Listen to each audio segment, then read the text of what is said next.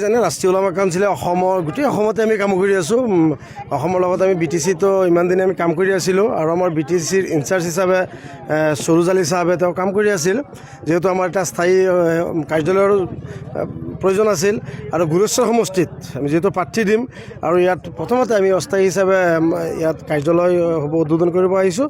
লগতে আমাৰ বহু সংখ্যক আজি লোক ৰাষ্ট্ৰীয় ওলামা কাউন্সিলৰ নীতি আদৰ্শ ভাল পায়, তেওঁলোকে আজি আমাৰ ইয়াত যোগদান কৰিব। গতিকে সেই লৈ আমি ইয়াত আপোনালোকৰ সন্মুখত থিয় হৈছোঁ আৰু আগন্তুক যিটো 26ৰ বিধানসভা নিৰ্বাচনত আমি BTC অঞ্চলত অধিকাংশ চিটতে আমি প্ৰাৰ্থী আগবঢ়াম বুলি আমি কথা দিলোঁ।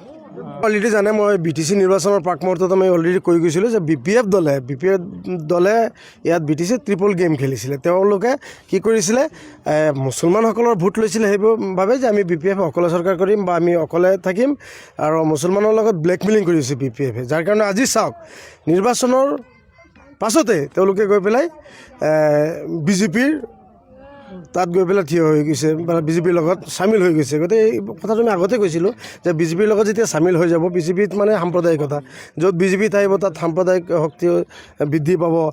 BJPৰ যিটো কথা বতৰা তেওঁলোকৰ লক্ষণ ইমান ভাল নহয়। গতিকে আগতো আমি 2020 চনত BTC নিৰ্বাচনত আমি UPPL-ক আমি ৰাষ্ট্ৰীয় ওলামা কাউন্সিলে মুকলিকৈ সমৰ্থন কৰিছিলোঁ। সেইকাৰণে UPPL-এ মানে অকলশৰীয়াকৈ সেই সময়ত নিৰ্বাচন খেলিছিল।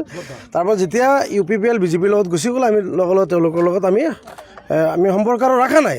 আৰু এইবাৰ BTC নিৰ্বাচনত আমি যদিও কেণ্ডিডেট দিয়া নাছিলোঁ, আমাৰ যথেষ্ট সংখ্যক আমাৰ কাৰ্যকৰ্তা আছিল, সমৰ্থক আছিল, অৰ্কাৰ আছিল।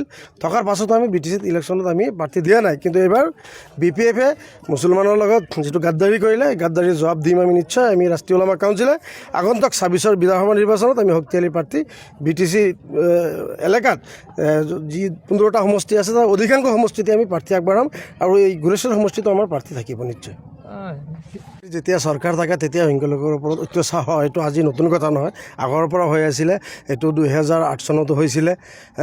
গতিকে হাগ্ৰামা মহিলাই সেইকাৰণেতো ৰাইজে নচ্ছাত কৰি দিছিলে যে BTC-ত বিগত চৰকাৰটো হাগ্ৰামা নাছিল।